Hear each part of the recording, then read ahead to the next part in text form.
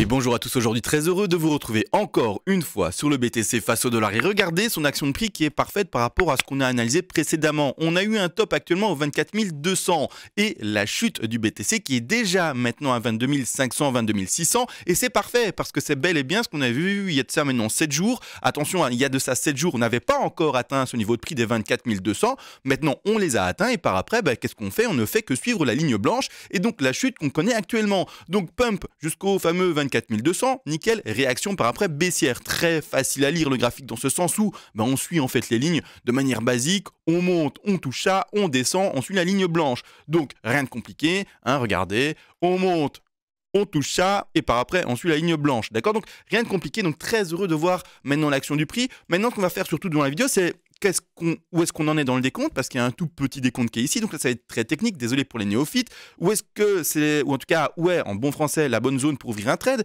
Comment est-ce qu'on se comporte par rapport à tel ou tel d'ailleurs décompte possible? Et également comment est-ce qu'on se comporte quand on a des complications de décompte? Je vais expliquer tout ça parce que vous le savez peut-être pas, mais maintenant en fait on a un service avec un Discord, etc.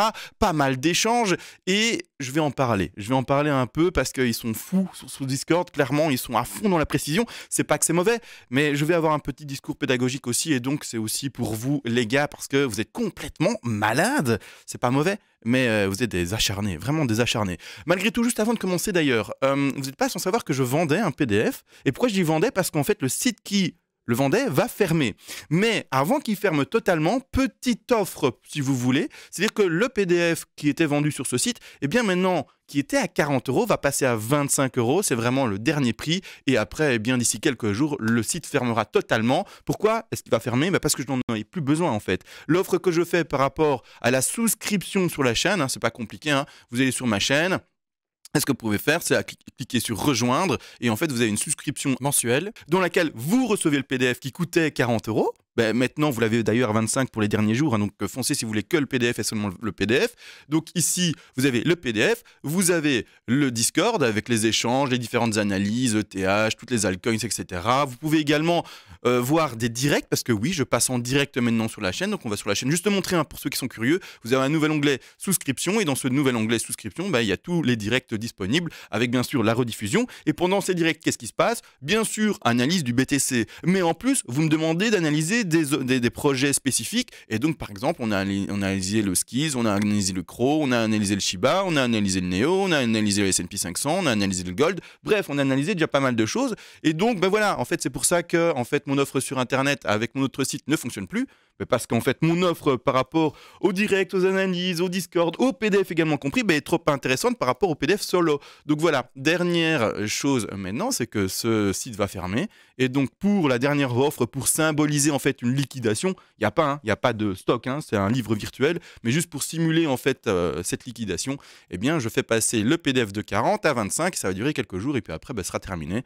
Il n'y aura plus qu'une seule offre, c'est celle de la souscription à l'abonnement sur YouTube. Voilà, maintenant tout est dit. Tout est fait, tout est réglé, let's go, on part maintenant dans l'analyse. Alors, premièrement, tout se passe bien, d'accord? Alors, rien de compliqué, je montre juste également comment ça se passe dans le plus grand plan, parce que j'imagine bien, là on est fort zoomé, et un néophyte, quelqu'un qui n'y connaît rien, entre guillemets, en analyse, un peu plus poussé, qui par exemple ici bien les Elotwave, il se dit, attends, je comprends rien, qu'est-ce qu'il y a ici à l'écran? Il y a des lettres et des chiffres partout, t'es bien gentil, il y a des lignes partout, mais je comprends rien, il y a un petit rectangle vert, qu'est-ce qui se passe? Bon, en gros, là, juste pour que tu comprennes facilement, si on est bel et bien dans un marché haussier, ça doit monter en 5 vagues. Donc tu dois ici pouvoir compter 1, à 2 et 3 et la 4 cachée là derrière, et puis 5. Si on lit ça d'ici quelques jours, d'ici quelques semaines, on a de fortes chances d'être rentré dans un marché haussier. D'accord? Pour le moment, ce n'est pas encore confirmé, on n'est que sur un top de 3. Malgré tout, vu la consolidation ici, qui fait clairement penser juste à une consolidation et donc après, à un pump possible, on est déjà en fait très très fortement de mon côté sur un plan boule, sans pour autant négliger forcément le plan bear qui peut encore exister, mais qui, à mon sens, a beaucoup moins de chances d'exister. Malgré tout, ici, qu'est-ce qui se passe? En fait, comme on vient de trouver, d'ailleurs, j'ai changé la couleur, je vais mettre en bleu ici, parce que je trouve que c'est pas très visible en blanc. En fait, quand on vient de trouver un top de 3 et qu'on fait une conso de 4, il faut s'amuser à décompter cette consolidation. Cette consolidation, peut parfois faire des plus hauts par rapport au top précédent, etc. Ça s'appelle, par exemple, de la flat, d'accord? Donc ici, une ABC en flat. De ce contexte, et c'est ce qu'on avait fait fait ensemble dans la vidéo précédente. Je refais vite un récap pour les néophytes. Je suis désolé pour ceux qui sont plus avancés. Mais en fait, la flat va chercher ses 123, 127, nickel, hop, top, et par après la correction. Donc c'est vraiment pas plus compliqué que ce qu'on avait fait. Je peux pas le montrer, désolé. On retournait au début de vidéo pour voir comment on avait construit ça, mais pas plus compliqué. D'accord? Donc hop, résistance 123 et par après la réaction baissière. Réaction baissière a différents objectifs pour cet ABC. Et attention, on va en parler plus précisément parce que là, c'est bien beau. On va voir les objectifs différents d'une flat en running, d'une flat régulière ou d'une flat même en étendue et pas une flaque. Mais d'ailleurs, je vais en parler parce qu'il y a deux cas de figure. Deux cas de figure par rapport au trade. Attention qui sera dans cette configuration haussière. Donc ce sont des rectangles verts. Ce sont des rectangles où on va passer à l'achat et il fallait vendre s'il y avait un short à ouvrir, soit dans les sous-vagues parce que vous êtes bon, etc., que vous êtes un grand malade, comme sur le Discord ici où ils s'amusent à shorter toutes les petites vagues, etc. Des grands malades, je vous dis pas. Mais c'est très bien, c'est juste qu'ils sont à fond, et, et ils vont se cramer les neurones, à mon avis. À un moment, ils vont se dire d'accord. C'est compliqué, hein. Mais voilà, c'est pas trop grave, c'est juste que je remarque qu'ils sont trop dedans. Mais je vais en parler dans la vidéo, vous allez voir. Le seul truc, c'est que du coup, vous pouvez shorter les petites vagues, etc., comme ils sont en train de faire sur le Discord, très bien, ils arrivent à faire, ils ont pour le moment que des trades gagnants, étant donné qu'ils sont dans la bonne direction de la correction actuelle. Mais n'empêche, il faut que je parle juste déjà de la time frame plus grande, c'est-à-dire de la figure en A, B et C, et ces objectifs-là à celle-ci. Je vais passer vite en 4 heures pour avoir plus de facilité encore et toujours à placer mon Fibonacci d'extension et replacer bien entendu mon aimant. Donc en Fibonacci, les objectifs d'une ABC, ce sont lesquels? D'accord? Ce sont encore une fois les 61,8, les 100, les 123 et les 161,8. Donc là où il y a les petits rectangles verts. Dans le cas de figure où on avait fait potentiellement une 4 hyper faible, etc., on aurait fait une C super courte. D'accord? Ça, c'est sûr. Maintenant, donc allez chercher sur moins 61,8. Maintenant, la chose, c'est que la 4 doit normalement avoir une certaine intensité, une certaine profondeur. Et je vais en parler dans 2 secondes également. Donc, normalement, on ne devait pas privilégier ces 61,8. On aurait pu déjà privilégier les 100, même si ça restait très faible par rapport à la correction attendue classique et statistique d'une 4, mais on est déjà dans quelque chose qui est beaucoup plus correct. Ce qu'on voit n'empêche, c'est que le BTC dit voilà, là pour le moment, je vais vraiment chercher les niveaux de support. D'ailleurs, on va en parler rapidement en 2 secondes maintenant. Et il s'approche des 123. Le prochain objectif, ce sont les 161. D'accord? Donc, on va regarder ça. Juste pour montrer rapidement le niveau de support dont je parle. D'accord? C'est celui-ci. Alors, ça fait une espèce de, pas un biseau du coup, mais un biseau d'élargissement. On va dire ça comme ça, un biseau d'élargissement, ici avec le dernier support qui est indiqué. On a essayé de légèrement le transpercer avec une mèche, mais pour le moment, réaction haussière dessus et on le tient. D'accord?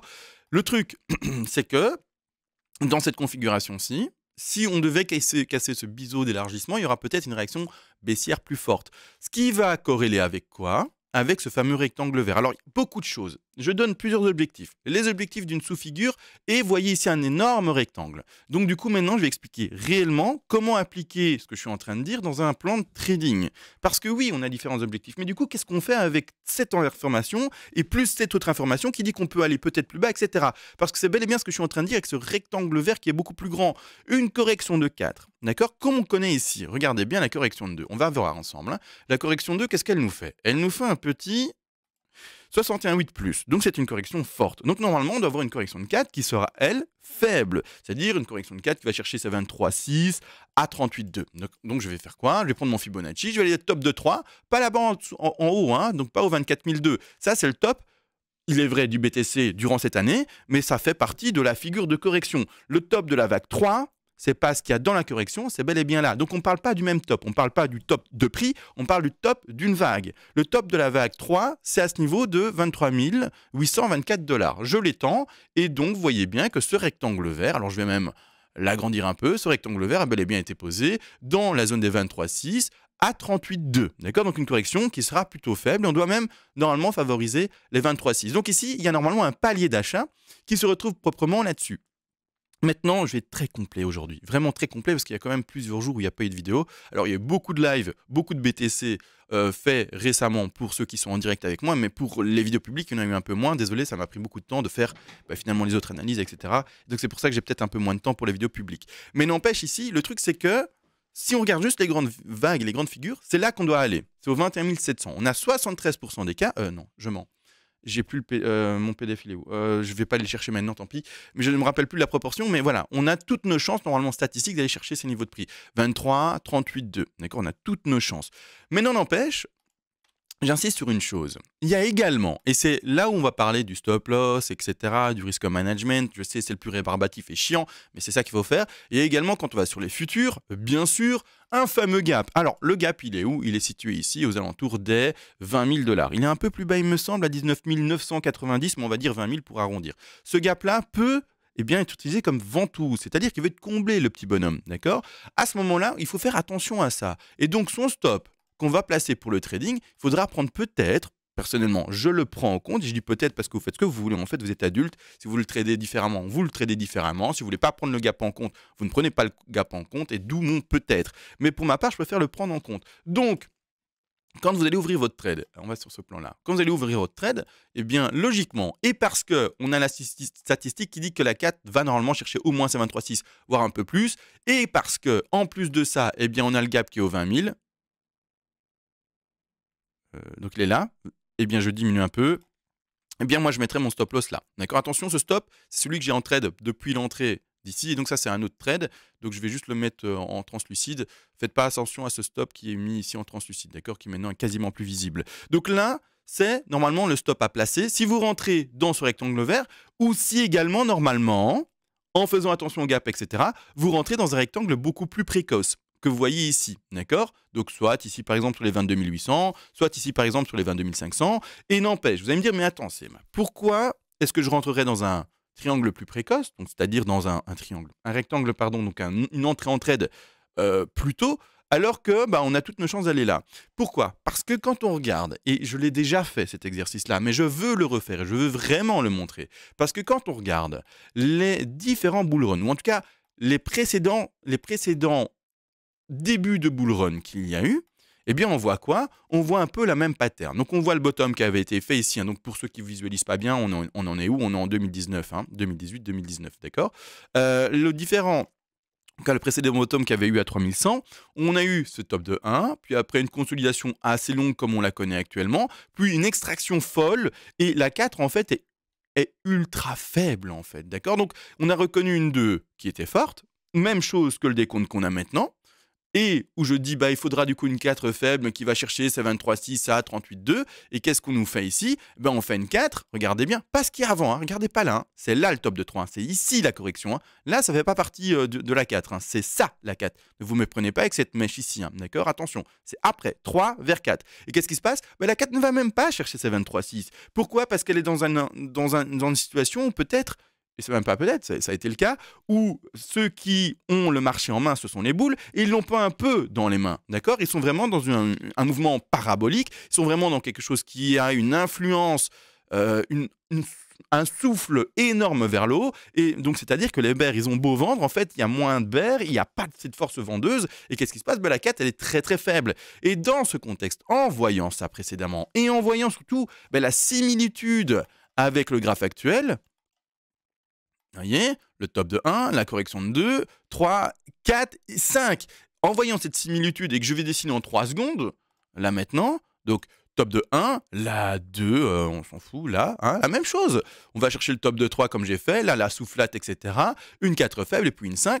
Eh bien, c'est un peu la même chose, c'est un peu idem. Donc attention, pas ce top-là, d'accord, encore une fois, pas se tromper. C'est bel et bien celui-là par rapport au développement. Eh bien, la même chose. On n'est pas obligé d'aller chercher forcément ce 23,6 à 38,2. Et quand on prend ça en compte, le fait qu'on ait finalement également un mouvement très parabolique. D'accord? Ça fait des mois qu'on n'avait pas connu d'aussi jolies bougies vertes. D'ailleurs, c'est un des meilleurs mois qu'a connu le BTC depuis plus d'1 an. D'accord? En termes de bougies vertes. Quand on a ça en tête, on se dit, est-ce qu'on referait, sans bagayer, est-ce qu'on ne referait pas la même chose que précédemment? Il faut que je boive de l'eau, mais j'ai plus d'eau. Fait chier. Non, désolé pour mon vocabulaire. Mais du coup, est-ce qu'on ne referait pas la même chose que précédemment? Dans ce contexte-là, d'accord, quand on revient sur le plan complet, pas obligé d'attendre ce fameux gros rectangle ici vert, à 23,6, 38,2. On peut se dire, la configuration peut être la suivante. Je rentre plus tôt, on fait une faible 4, d'accord, Et à ce moment-là, je suis plus agressif, je parie sur un mouvement boule parabolique, je vois ben voilà, tout simplement une correction faible de 4 et je rentre sur un des objectifs de ABC sans privilégier peut-être l'extension qui va aller là-bas en bas. Ces deux trades, peu importe, normalement le stop doit être placé ici. Maintenant, si vous êtes plus agressif sur votre trade et que vous vous dites, bah voilà, moi je parie vraiment sur un mouvement parabolique. Si c'est pas ce mouvement parabolique, eh bien, qu'est-ce qui se passe? Bah, le courant et le cours il va baisser, oui, mais du coup, je sors de ce trade et je re-rentrerai du coup, sur la deuxième position possible, proche peut-être du gap, etc. C'est aussi une autre position possible. À ce moment-là, vous allez devoir placer votre stop loss, non plus là-bas tout en bas, parce que vous voulez être un peu plus agressif sur votre position, vous dire tant pis, je rentre là, et si je sors, je rentre plus bas, et puis je prends ça en deux coups, c'est pas un problème. À ce moment-là, votre stop qui sera indiqué ici, je privilégierai son entrée légèrement en dessous des 161,8 parce que INSEE, en fait, on doit lui laisser tout son développement possible. Et tout son développement possible, c'est jusqu'aux 22 100 $ pour un développement tout à fait classique, propre et net. D'accord? Donc là, voilà, dans cette configuration-là, c'est ce que je placerai par rapport à la BC en flat. Un stop légèrement en dessous, c'est-à-dire un stop qui sera placé aux alentours, allez, là, il est placé très exactement aux alentours des 21 991. On arrondit à 22 000. D'accord, on a rendu à 22 000 pour donner un chiffre rond.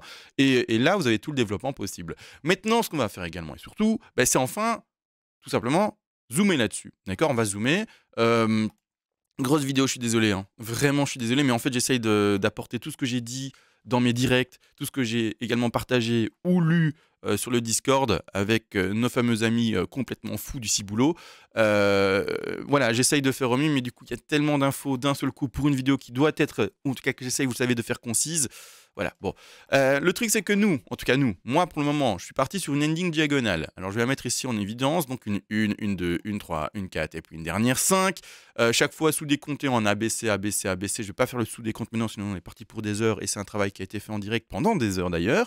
Donc je vais le laisser de côté. Là, sinon on est parti pour une vidéo beaucoup trop compliquée pour des néophytes. D'accord, je suis désolé, mais les avancées, clairement, vous allez avoir de quoi manger. Sur les directs, sur le partage en Discord, voilà, mes vidéos publiques sont un peu moins avancées, parce que sinon je vais en fait ennuyer et peut-être péter en fait les neurones de ceux qui sont trop néophytes, qui n'ont peut-être pas besoin de tant d'informations et de détails. Donc là maintenant du coup, qu'est-ce qui se passe? Moi j'ai fini ma 4 là, d'accord, ça a été discuté, etc. J'ai fini ma 4 là, et maintenant je finis ma 5. Ma 5 qui pour le moment se construit de cette manière-ci. Ouais, ici, plouf. Alors, ending diagonale, c'est des comptes en A, B, C, zigzag toujours, pas autre chose, ok, et donc il est normal également, et ça c'est un message pour les débutants qui parfois écrivent dans les commentaires, oui mais ta 4 dépasse le top de 1, ça c'est une ending diagonale, vous allez sur Google, d'accord, c'est une recherche de 3 secondes pour vous, et vous allez voir ending diagonale, la configuration que ça peut prendre, et voilà, vous aurez votre réponse que oui, ça peut dépasser, étonnamment, le top de 1. On ne sait pas tout quand le sujet est si vaste, et il suffit d'en fait aller sur Google parfois pour avoir la réponse. Donc ici, qu'est-ce qui se passe? Hop, top de 4 pour ma part ici. Et enfin, maintenant, on entame la dernière chute. Dernière chute qui, attention, se fait en 1, 2, 3, 4, 5, qui me fait ici, vous le voyez, dans cette configuration. Si j'arrive à le choper, oui, j'irai ici. Je vais mettre un degré énorme. Hop, une première A. Là, je fais un rebond de B. D'accord? Alors, deux choses l'une. Soit la B a été validée ici. Oui. Et on est en train de faire la C, qui peut-être parce que, et je dis peut-être parce que, il y a cet énorme support, il ne faut pas le nier, d'accord? Donc on est sur un très bon niveau d'achat déjà maintenant pour ouvrir un long avec un stop qui est mis à 22 000, d'accord? Donc un long c'est position haussière, d'accord? Ici, d'accord? Donc ici, on peut avoir peut-être fait en fait notre B et étonnamment en fait déjà une C microscopique. Alors ça veut dire que notre C, si je la calcule, aura même pas été chercher ses 61,8, mais du coup ça aurait été cherché quasiment, mais pas non plus. Donc ici on est à combien? Je suis en log, si je retire, oui c'est la même chose en log ou non. Ici on va chercher un peu plus que 50, ce serait une C qui serait dénominée comme tronquée. Dans la configuration, et ça il faut en avoir conscience, si c'est une C qui est en tronquée dans cette configuration-là, qu'on fait en plus une 4 très très faible, etc. C'est-à-dire que le mouvement que l'on pourra après vivre sera potentiellement très très fort. C'est-à-dire qu'en fait, les boules, en fait, ils écrasent le mouvement baissier vers le haut, en fait. C'est même pas qu'ils l'écrasent, ils le soufflent vers le haut. Et le mouvement baissier qui essaye d'écraser le mouvement haussier, il n'y arrive pas. Donc en fait, c'est ça. Expliquer en fait les Fibonacci qui sont super faibles à chaque fois, etc. Donc là, il faut en avoir conscience, il y a le support oblique à tenir. et on a peut-être fini dans cette configuration-ci. Donc là, il y a vraiment des comptes pardon, qui sont peut-être vraiment très divers. Et pour le dire, on peut peut-être en plus de ça enfoncer. Et c'est où la raison de placer un stop. N'oubliez pas que le stop vous permet de prendre en fait une marge, une zone tampon, d'accord? Parce que oui, le décompte n'est pas super précis tout le temps. Et puis la plupart du temps, en fait, on peut toujours partir dans des extensions de vagues, etc. Et c'est pour cette raison-là qu'on met son stop, d'accord? C'est pour ça qu'on met son stop, pour se dire, bah, si j'ouvre un trade peut-être, par exemple, au prix où on parle maintenant pour monter, bah, si le prix continue à descendre parce que peut-être que la 1, 2, 3, 4 et puis 5, d'accord? Donc j'ai mal dessiné, on voit rien à l'écran, mais parce que peut-être ce qu'on est en train de faire, c'est peut-être une 2, une 3, une 4 et puis une 5 pour terminer la C, d'accord? Je vais la mettre en jaune comme ça on la voit. Peut-être qu'on fait ça, bah, à ce moment-là, c'est pas grave. On va peut-être aller chercher ici le niveau des prix des 22 175, au hasard, hein, placer le truc pour montrer vraiment la pédagogie.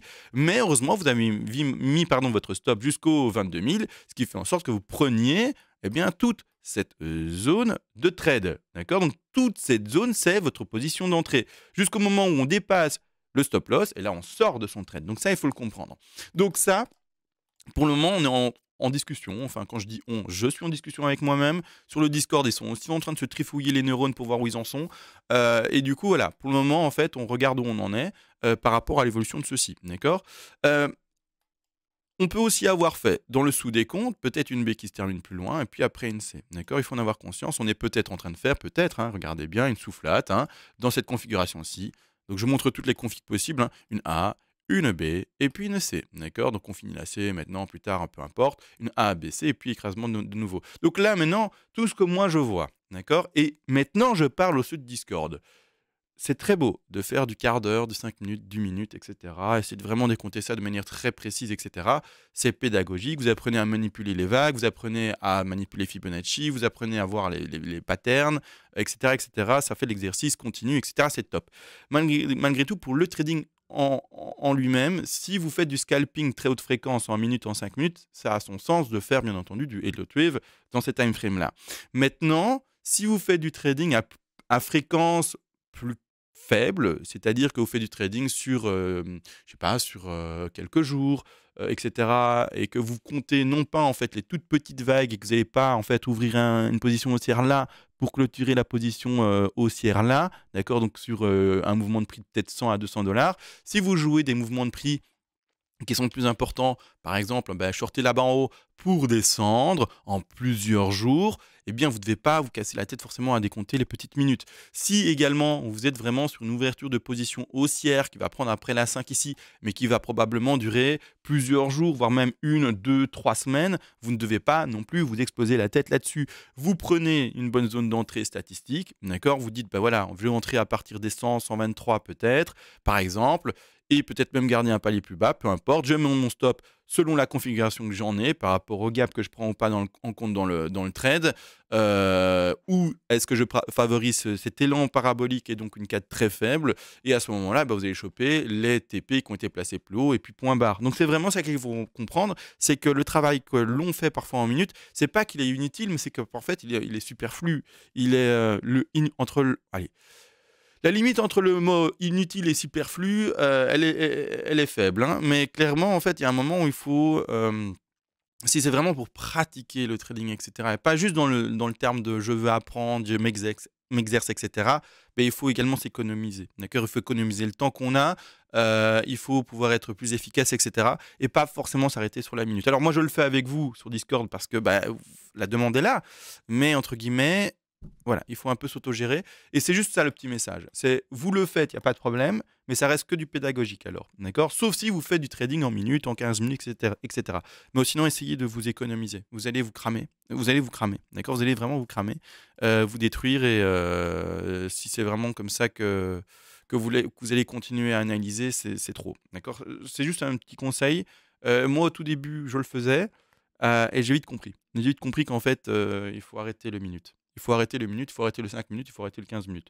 On reste sur du grand, en tout cas c'est ma méthode, vu que moi je traite du grand, d'accord? On va parler comme ça, la grande time frame. Si vous êtes vraiment sur de la micro time frame, et donc du trading à très très haute fréquence, c'est autre chose, d'accord? Je ne dis pas que vous ne pouvez pas le faire, mais il faut savoir ce que vous faites en fait. Il faut savoir ce que vous travaillez, d'accord? Et il faut travailler uniquement et seulement ce qui est cohérent et donc c'est-à-dire qui est pertinent par rapport, ben, aux résultats que vous attendez, par rapport au trading que vous tenez, d'accord? Ça sert à rien d'analyser du minute si vous tradez du journalier, d'accord? Il faut en avoir conscience. Donc là, tout a été dit, il me semble, et après, beh, rien de compliqué, hein. Ça, c'est de nouveau pour les néophytes qui n'ont pas compris tout de suite. Où est-ce qu'on en est? Bon, on est en fait d'une consolidation pour continuer à monter. Peu importe que ça descende un peu plus ou pas, en fait, la zone et l'intention, c'est ça.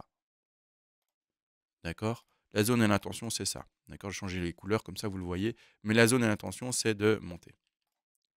D'accord? Et peu importe la zone. Si vous rentrez là ou que vous rentrez plus bas, c'est un risque management différent. Mais ça, c'est pas compliqué. D'accord? Vous calculez l'exposition par rapport au stop loss. Vous déterminez du coup la somme à jouer sur ce trade par rapport à l'exposition du stop loss et par rapport à la perte qui peut être définie, qui doit être d'ailleurs définie, excusez-moi, du capital trading total. Bon, ça, c'est pas le plus compliqué, quoi. D'accord? Ça, c'est la base de la base. Si vous n'avez rien compris à ce que j'ai dit, vous devez même pas trader. C'est con, hein, mais si vous dites: «Ah, j'ai pas compris». Qu'est-ce qu'il dit? Heu, c'est qu'il faut juste, arrêter de trader et juste, essayer de comprendre ce que j'ai expliqué en lisant sur internet, Google et cetera, ce que c'est qu'un risque management, ce que c'est qu'une exposition, ce qu'est qu'un stop loss, ce qu'est, comment on calcule finalement ce qu'on peut mettre sur un trade, par rapport à une exposition déterminée et à une perte déterminée. Bref, ça c'est du risque management. Donc on fait attention à ça bien entendu, mais l'intention en fait, c'est que ça monte et 2 positions possibles. Soit on rentre en trade maintenant, soit on rentre en trade plus tard. C'est tout. Avec 2 positions de stop possibles par rapport à ça. Mais c'est juste du risque management. D'accord? C'est juste du risque management. L'élan haussier est à attendre normalement. En tout cas, c'est le plan qu'on en a pour celui-là. Rapidement en 2 secondes, parce que je vois qu'il y a un petit 1 et finalement on s'approche, proche du 1, hein, de plus en plus. Une fois que ça pètera vers le haut, eh ben, la question, ça sera d'aller chercher ce grand 1. Et ce grand 1, c'est quoi? Je vais le mettre en très grand, d'accord? Boum! Et je vais le mettre en quelle couleur? Comme ça, on le voit bien, je vais le mettre en jaune. Je vois qu'il n'y a pas trop de jaune à l'écran. C'est ça, d'accord? Donc je dézoome parce qu'on est en horaire, c'est compliqué à lire. Mais c'est quoi? C'est ça. Donc ne vous étonnez pas qu'à un moment, il y ait de nouveau une correction forte. Donc une grande 1 et puis de nouveau une 2. Regardez pas la date. La date, c'est je dois bien poser mon point quelque part et ne regardez pas le retracement, il faut bien que je mette mon point non plus également dessus. Donc ne regardez pas le prix et la date pour le moment. Mais attendez-vous normalement à une correction qui va chercher les 50 à 61,8% Fibonacci. Donc je mets un exemple, hein, de nouveau Fibonacci posé par rapport à un prix, peu importe, on s'en fout. Mais voilà, donc pour donner un ordre d'idée, bah, de nouveau on pourrait par exemple aller retrouver les 20 000 et un peu moins ici les 19 000 sans problème.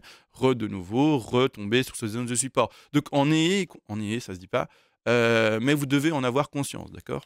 Que, bah, après, bah, on est dans un degré plus grand. Toujours comme des poupées russes. Il y a le petit degré, puis après il y a le plus grand, mais dans ce petit degré, il y a le degré encore plus petit, il y a le degré encore plus petit, et peu importe, ça continue, continue, et dans ce degré plus grand, il y a un degré encore plus grand, et bref, paf, paf, paf, en fait, ça ne fait que monter toujours et encore.